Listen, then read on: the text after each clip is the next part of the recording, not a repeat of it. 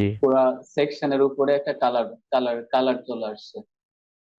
তো দেখতে পাচ্ছ এই যে আচ্ছা স্যার, কি ফুড কি মেনু দেওয়া যে আছে? এখানে এখানে যে দিলাম, ফুড মেনু তো একটা ক্লাস, ঠিক না? হুম হুম। যে ক্লাসটা আমরা ইন্ডেক্স এইচটিএমএল কই দিলাম? এই যে ও, সেকশন বা নাম্বারের ওই সেকশন, জায়গায়। হ্যাঁ সেকশনে এখানে দেওয়া আছে। আচ্ছা। তাহলে এখানে কি আমি আছে? আমি স্যার, স্যার হ্যাঁ বলো। আমি নিজে নিজে ট্রাই করছিলাম কয়েকবার। হুম। কি ভুল হয় আমি নিজেও জানি না স্যার, সব ঠিক থাকে, হুবহু সেম টু সেম করি, রিফ্রেশ করলে স্যার উল্টাপাল্টা হয়ে যায়। কি উল্টা পাল্টা হয়?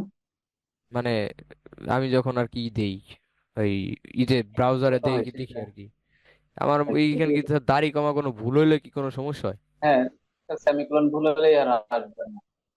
আচ্ছা, ও, ব্যাকগ্রাউন্ড কালার হচ্ছে এটা। এটা কালারের নাম? আর হ্যাঁ, কালার কোড এটা। আচ্ছা। ঠিক আছে। জি। তো এখন তুমি যদি রিফ্রেশ করো এটা, এটা দেখো, এই যে কালারটা জি। পুরা সেকশনের উপরে একটা কালার কালার কালার চলে আসছে।